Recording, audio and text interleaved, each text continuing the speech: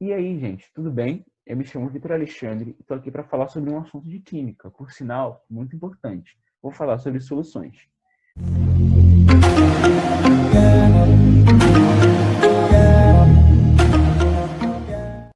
Antes de nós iniciarmos o conceito de solução e nos aprofundarmos um pouco mais no assunto, precisamos saber alguns termos e conceitos muito importantes.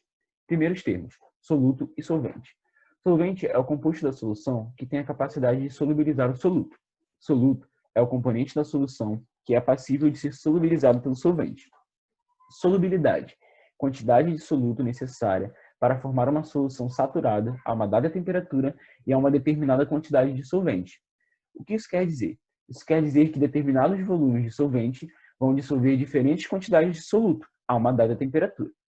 Dissolução, processo em que solvente e soluto formam uma solução. Concentração, razão entre a quantidade de mols de um soluto em uma solução e o volume total da solução. Concentrado e diluído, proporções relativas de soluto e solvente. Para esse último, nós podemos pensar em duas soluções, uma solução A e uma solução B. Ambas as soluções com o mesmo volume de solvente. Na solução A, há 20 gramas de um soluto. Na solução B, há 3 gramas desse mesmo soluto.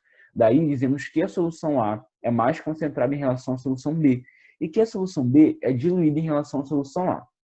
Bem, mas o que é uma solução? Solução, também chamada de mistura homogênea, é uma mistura de dois ou mais compostos que formam uma única fase. Na imagem, temos um copo com água e sal sendo dissolvido nesse copo com água. Esse sal irá se solubilizar e formar uma solução juntamente com a água. Daí, nós teremos uma única fase. Mas o que é fase? Fase é qualquer porção de um sistema com propriedades e características semelhantes. Isso quer dizer que, se analisarmos essa solução, esse sistema, nós veremos que cada parte desse sistema possui características muito semelhantes entre si. As soluções podem ser classificadas em insaturadas, saturadas e supersaturadas. As soluções insaturadas são soluções que possuem menos soluto que a capacidade total de solubilização do solvente. Nós podemos pensar que temos 100 ml de determinado solvente que pode dissolver apenas 20 gramas de um sal. Se nós colocamos 15 gramas desse sal nesse solvente, nós teremos uma solução insaturada. As soluções saturadas possuem a quantidade máxima, a quantidade limite de soluto que o solvente pode solubilizar. Se nós temos, por exemplo, 1 litro de determinado solvente, ele pode dissolver 100 ml de determinado soluto, e nós adicionamos a esse solvente exatamente esses 100 ml de soluto, nós teremos uma solução dita saturada. E, por fim, as soluções supersaturadas, que são aquelas que possuem mais soluto do que a capacidade de solubilização do solvente. Se nós temos, por exemplo, 500 ml de determinado solvente, que pode solubilizar apenas 50 gramas de um sal, e nós adicionamos 300 gramas desse sal, nós teremos uma solução dita supersaturada, pois apenas 50 gramas do sal irá se dissolver. As soluções podem ser de 4 tipos. Soluções de sólidos em líquidos, como sal de cozinha ou açúcar em água. Soluções de líquidos em líquidos, como etanol em água.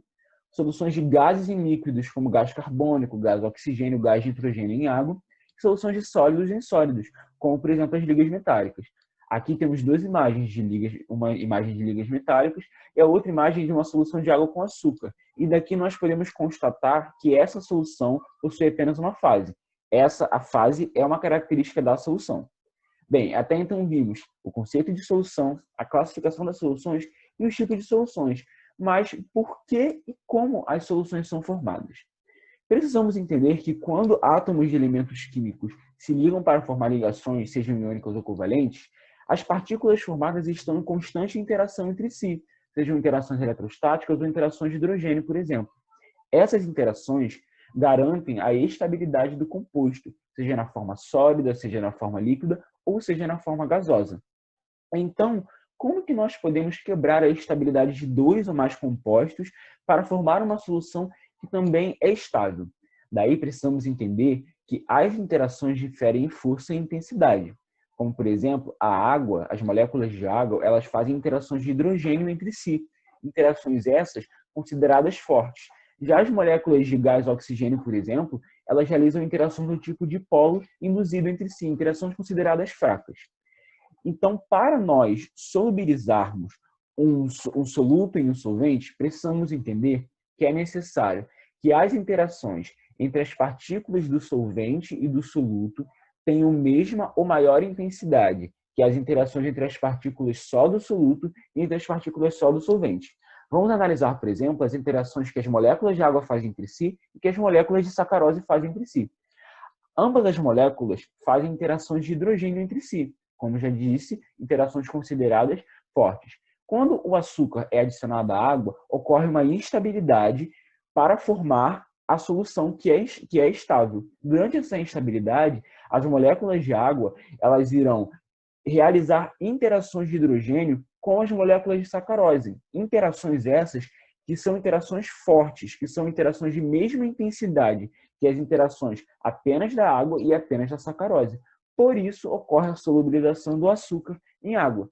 Então, as interações soluto e solvente precisam ser de mesma ou maior intensidade que as interações soluto-soluto e que as interações solvente-solvente.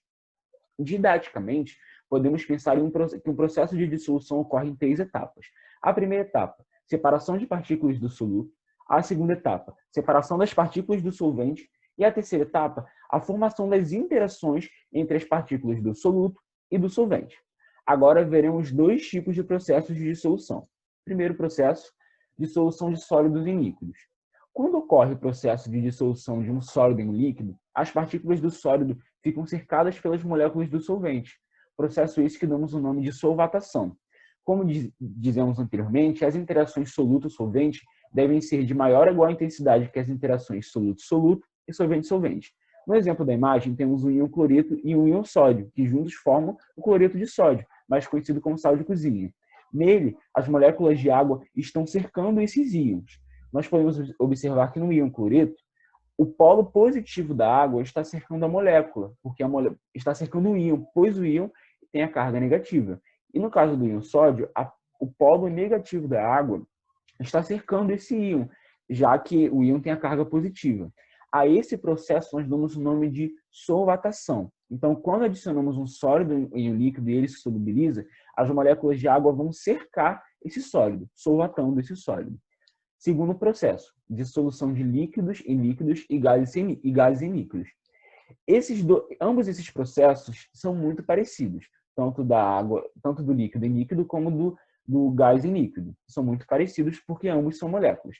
Vamos pensar no primeiro exemplo. A água, ela faz interações de hidrogênio entre suas moléculas, assim como o etanol. Então, quando o etanol for adicionado à água, as moléculas de água também irão fazer interações de hidrogênio com o etanol, ocorrendo a solubilização do etanol.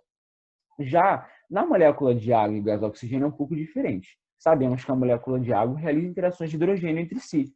Já as moléculas de gás oxigênio, elas realizam interações do tipo dipolo induzido entre si, interações consideradas fracas. As moléculas de gás oxigênio realizam essas interações porque são chamadas moléculas apolares. As moléculas de água são moléculas chamadas polares. De acordo com a Lei Geral da Solubilidade, moléculas semelhantes dissolvem semelhantes, ou seja, moléculas polares dissolvem somente moléculas apolares e moléculas apolares dissolvem somente moléculas apolares, sendo que isso pode muitas vezes nos confundir, porque nesse caso o gás oxigênio vai ser solubilizado em água. E por quê? Porque as moléculas de água irão realizar interações de hidrogênio com o oxigênio das moléculas de gás oxigênio, realizando interações de maior intensidade que as interações do tipo de polo induzido. Por isso ocorre a solubilização do gás oxigênio em água. Então temos que ter em mente que nem sempre moléculas polares irão dissolver apenas moléculas apolares. Pode acontecer que moléculas apolares dissolvam moléculas polares dissolvam moléculas apolares, que é o caso de gás oxigênio em água, de gás carbônico em água e de gás hidrogênio em água. Então, galera, viemos até aqui. Obrigado pela sua atenção e espero que todos tenham entendido o assunto. Valeu, um grande abraço.